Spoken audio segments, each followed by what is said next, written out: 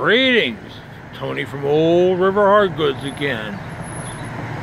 Sorry about all the road noise, but I'm out here in front of the shop because that's going to be the subject of today's video. We are going to take you on an exciting and fun-filled tour of the shop. So, sit back and enjoy.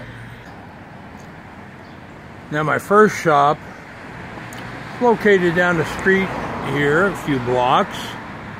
I moved in there in January of 2000, kind of opened up for business. Oh, I believe it was like April or March, I don't quite remember. And I was there until July of 2023 when I moved up here. And I had a mix of general antiques and old tools and black powder stuff. But at the time I was still doing computers pretty much full time, and this was just kind of a extension of my hobby business at that point. Now, originally this place had a full plate glass window on that right side there, but that developed a stress fracture, and my landlord decided just to replace it with that double window. So let's take a walk inside. Now, before we go in, we're going to go over the rules for visiting this shop. Number one, no shorts or sandals. That will become pretty much self-explanatory. No small kids unless on a leash. That's also self-explanatory, although I did have one guy come up from Tennessee to one time. They were up here for a wedding, and he brought his 4-year-old, and I about had a heart attack until he left the building. And last but not least, if something falls off a shelf, wait at least 5 seconds before bending over to pick it up, in case the rest of the shelf decides to follow it. Believe me, it's happened a lot. Okay, in we go.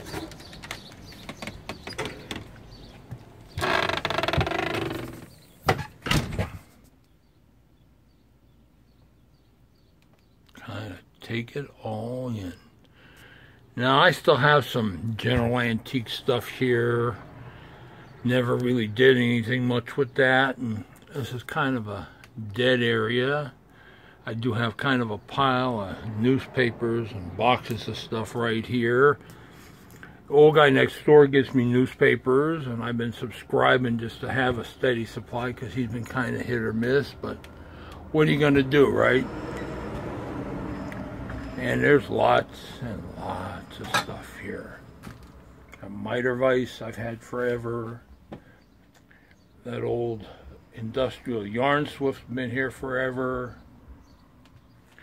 Arrows from, I used to take those reenactments and some, because guys like the wooden arrows. And well, in case you haven't looked at the price of Port Orford cedar arrow shafts, at least they were crazy high for a bit. Got a bunch of transitional planes, some miscellaneous wooden planes, mostly with problems, and here we got more in the piles of stuff.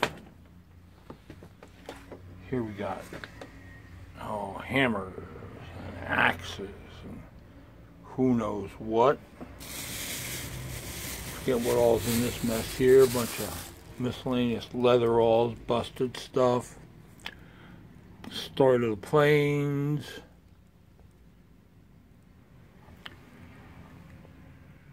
empty boxes of all sorts and shapes. I don't know why I keep them. Levels, a few levels. I actually had a guy come in one time and buy a whole bunch of them. Of course, I sold them pretty cheap. Bunch of old cold chisels. I was selling those for a bit. Used to find some really good ones that came out of the mines here. Somebody decided to shorten a double barrel shotgun. I have the tip for it for some reason. A lot of dead junk here. These carving tools I had last year, but unfortunately they came out of a bucket that was just, it had gotten wet, and I was able to salvage about half of them, pull them out. Oh, yeah, here's a good example. But they are just caked with hard rust. And you really can't do much with that. Because even if you do stand there and sand it, and let me tell you, it takes a good 20-25 minutes of sanding. All you got is a whole lot of pitting left. So that's kind of the remnants of that. And here we have the first one of many plane shelves. I really should get back to cleaning Stanley planes. There's an old sergeant there, a couple sergeants in this mess. More miscellaneous stuff, and just piles. My one blacksmith buddy comes in here from time to time. And one of these days I am going to get into a video, come hell or high water. But you know, he keeps saying, oh my God, I got to come here and spend a couple hours. I said, well, do it, right? Buckets of stuff. This is an old folding bar I picked up at a closed antique shop that I was using for a countertop for a bit.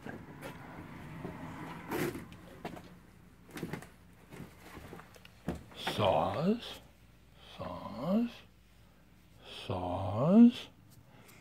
Couple miter boxes in here. There's an original Marsh Brothers miter box saw, picture frame saw, complete. I actually have a saw for that too. Here we have some dead molding planes.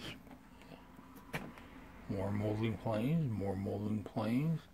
There's a couple in here that I've had since for almost 30 years. I can tell by the fact that the guy chalked the marks on them. Wooden saw vise. I think I showed that one time. Miter clamp. Miter trimmer. Nobody seems to want. I'm taking that out to a few tool shows. You've seen my painting area in past videos. More planes, lots of fives, more molding planes, miscellaneous books, that treadle saw that somebody kind of did a half-arsed restoration on, and I paid too much money for, and it's still sitting here. Back side of the miscellaneous shelf. Boxes. This is a lot of recent incoming. I need to still keep going through. More planes, 7s, 6s, 45. I got about 3 45s. Oh yeah, and one box here, there's a 55 with a bunch of blades, but I know that's missing parts. Here's a Miller Falls number 18, number 6 size plane that's in fairly good shape, except for the fact that somebody dumped a freaking half a can of motor oil on it, and it's all gummed up, and I haven't been able to figure out how to do that, get rid of that without destroying the finish one of these days.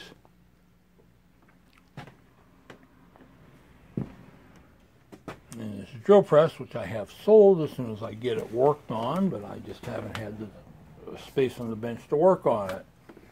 That is the back side of the dead handle pile. We'll talk about that more in a few minutes. Oh. Go through here. Got a couple of tinner's anvils down here if you can see them.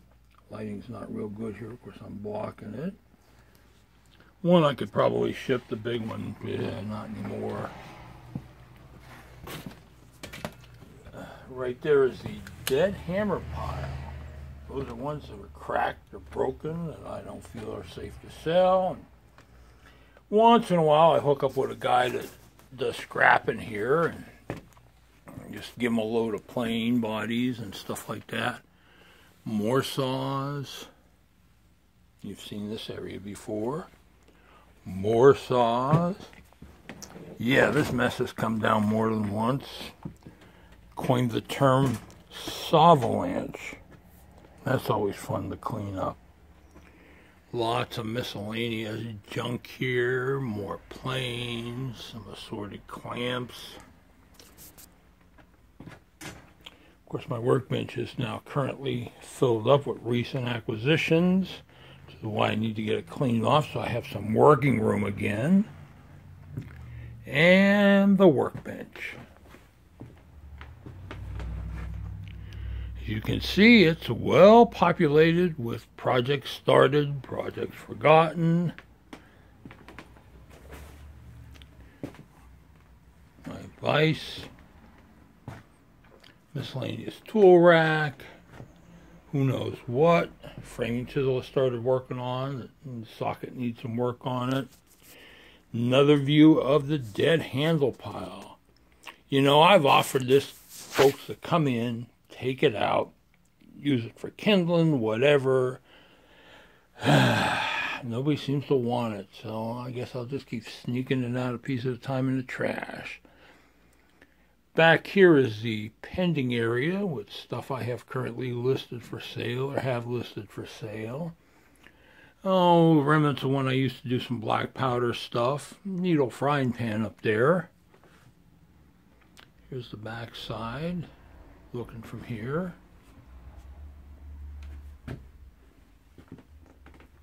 Box of machinist tools and parts. There are two toolboxes under here that have my personal stuff in there. Kind of keep it hidden. More planes, stuff to restore.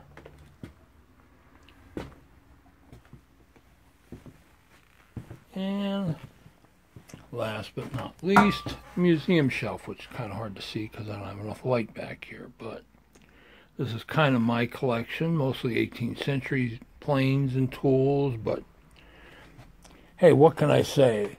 Place needs a good vacuuming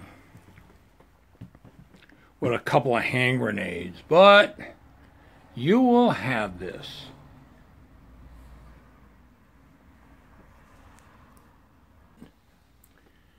Well, that's all for the tour, folks. Originally, I planned this video on being 5 markets in 4 days, but Mother Nature decided she wasn't going to cooperate with that.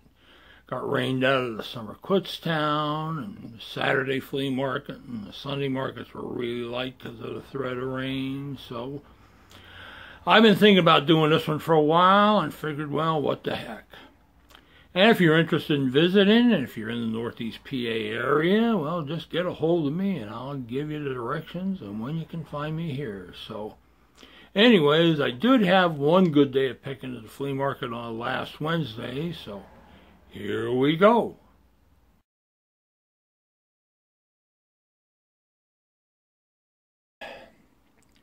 Well, you sure wouldn't have known it was the first day of summer at the flea market, with it being 52 degrees with a steady breeze, and it just kept getting windier, and yeah, it's going up to 70, but sure didn't feel much like summer this morning.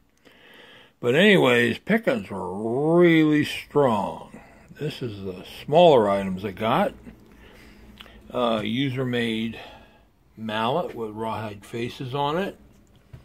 This is a Goodell tool, patented glass cutter, in pretty good shape. I haven't had one of those in a while. This is a William Schollhorn blasting cap plier. That's another one of those tools I haven't seen in a bunch. Oh, a swivel knife for leather work. Probably a craft tool with Tandy. I didn't see a mark on it. A 3/8 inch leather pinker. They're also getting few and far between. Little different screwdriver with a split tip on it. I don't know who made this one, but we'll figure that out. A US marked trapdoor Springfield gun tool. This is a find. It's going to take a little cleaning, but it's a 2-ounce Madol cast steel. You can see the mark. Yep. Ball peen hammer with the original handles. Even got the model number stamped on the end, which hopefully I can save when I get the paint off of it. A couple of hand-forged oyster clam shucking knives. A jeweler's round-jawed pliers. A set of 4 clamps. I believe these are watchmakers. These 3 aren't signed. This one's a Maxon. A little brass body jeweler's screwdriver. Don't know the maker of that. A little X-Acto double-ended pin vise. 3 gimlets. Add to the pile. A North Brothers ratcheting machinist tap holder. They used to bring some good money, but I don't know what they're at these days. A Starrett, a 6-inch combination square. And it's going to take a little cosmetic enhancing. Brown and Sharp, number 800 divider. A Starrett, Fay pattern divider.